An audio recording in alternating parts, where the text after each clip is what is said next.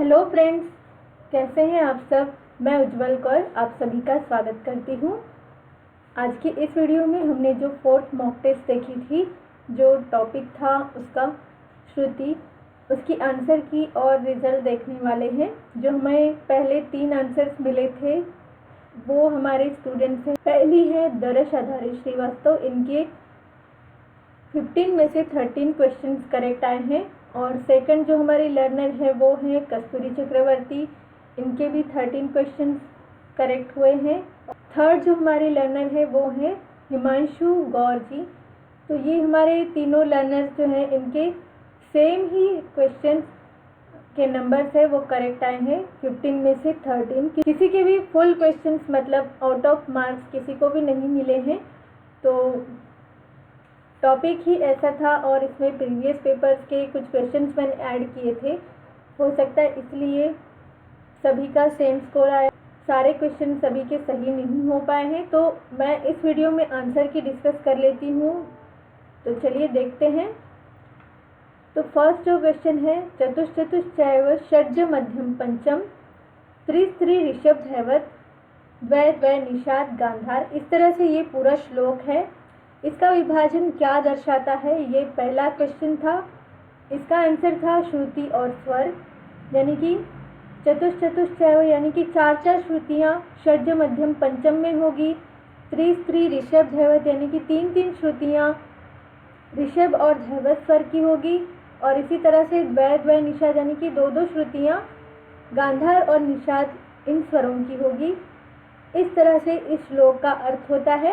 Second question है, पंडित सोमनाथ ने श्रुतियों को दर्शाने के लिए किस वीणा का उपयोग किया। तो इसका आंसर था रौद्री वीणा। और थर्ड क्वेश्चन है, सही क्रम को चुनना था आपको। जो हमारा 22 श्रुतियों का विभाजन है उसमें क्रम से कौन सी श्रुतियाँ आती हैं, इनमें से ये पूछा गया था। तो दयावती, रंजनी, रक्तिका, रौद्री, क्रोधी, इस तरह से ये सही क्रम होगा। और फोर्थ क्वेश्चन था, स्वर में 4 श्रुतियाँ किसके समान होती हैं। तो 204 सेंस के समान होती है 4 श्रुतियाँ। हमारा फिफ्थ क्वेश्चन था, मध्यम ग्राम का सही श्रुति स्वर विभाजन क्या है। तो 4-3-4-2 4-3-2 इस तरह से विभाजन होगा मध्यम ग्राम में। और गांधार ग्राम का पूछा गया था, तो उसका जो सही विभाजन है 4-3-3-3 4-3-2 इस तरह से होगा।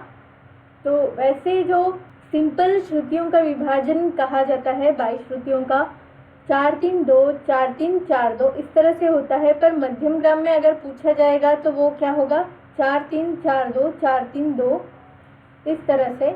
और सेवंथ क्वेश्चन है, 1, 5, 8, 10, 14, 18 और 21वीं श्रुति पर स्थापित शुद्ध स्वर सप्तक किस काल को इंगित करता है, यानी ये कौन से काल का श्रुति स्वर विभाजन है, ये पूछा गया था। और अगर आप देखेंगे कि आधुनिक काल में जो है वो पहली श्रुति पर स्वर को स्थापित किया गया है, उसके हिसाब से सा की 4 श्रुतियाँ होने के बाद में 5वीं श्रुति ऋषभ की आएगी। इस तरह से आगे कंटिन्यू किया जाएगा क्रम। और 8वां क्वेश्चन था, प्राचीन शास्त्रकारों ने शुद्ध मध्यम को किस श्रुति पर स्थापित किया है। 13वीं श्रुति पर शुद्ध मध्यम को शास्त्रकारों ने प्राचीन काल में स्थापित किया था।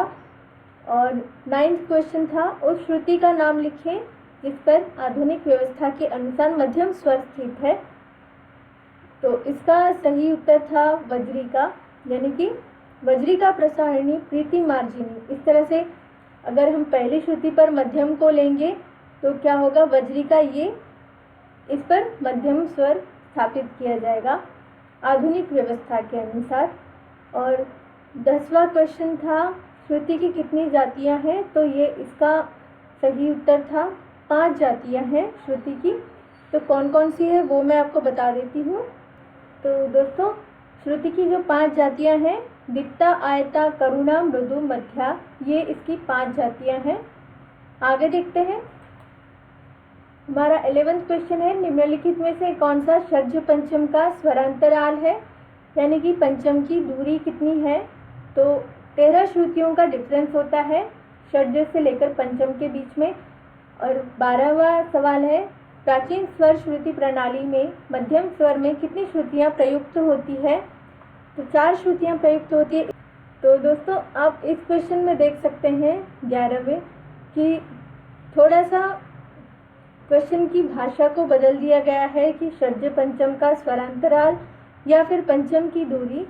तो इसका एक ही आंसर होगा कि 13 श्रुतियाँ, इतना डिफरेंस है दोनों के बीच में, मतलब षड्ज से लेकर पंचम के बीच में।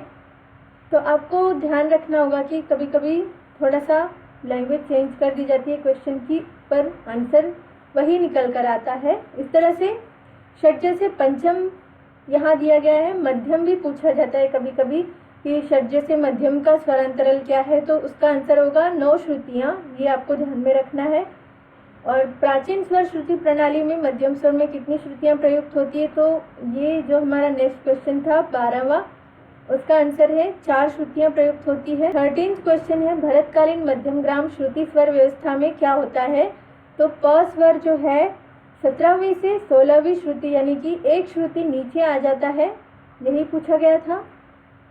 और 14th क्वेश्चन है प्राचीन श्रुति स्वर व्यवस्था में यदि गांधार स्वर मध्यम की 2 श्रुतियाँ लेता है तो वह क्या कहलाता है, अंतर गांधार कहलाता है। और 15th क्वेश्चन है श्रुति जाति आयता है, तो इसमें से इसका सही उत्तर था तानना यानी कि स्ट्रेच्ड, इस तरह से इसका स्वरूप होता है।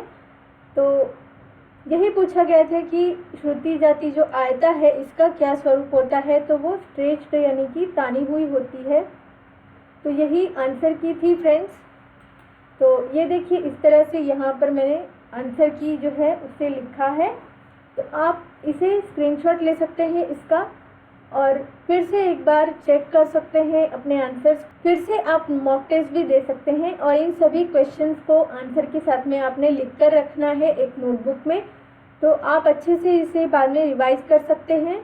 और अगला जो टॉपिक होगा हमारा अगली मॉक टेस्ट का, हमारे फर्स्ट यूनिट से ही अगला जो टॉपिक होगा वो थोड़ा सा मिक्स होगा, यानी कि हिंदुस्तानी और दक्षिणी संगीत के जो ताल हैं इसके ऊपर मैं क्वेश्चंस इंक्लूड करूंगी। हिंदुस्तानी और दक्षिणी संगीत के तालों के ऊपर जितने भी प्रीवियस पेपर्स में क्वेश्चंस पूछे गए हैं, तो आप प्रिपेयर करके रखिए इन टॉपिक्स को, क्योंकि हिंदुस्तानी संगीत के तालों के बारे में तो आप अच्छे से आंसर कर लेंगे, पर दक्षिणी संगीत को अच्छे से देख लीजिए।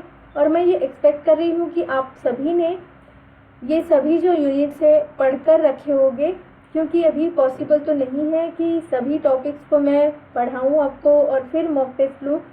तो आप जितना आंसर कर पा रहे हैं ठीक है, नहीं भी कर पाए तो आप सीख लीजिए उसमें से, और अगर कोई डाउट रहता है तो आप मुझसे कमेंट करके पूछ सकते हैं। इस वीडियो के लिए इतना ही। Thanks for watching.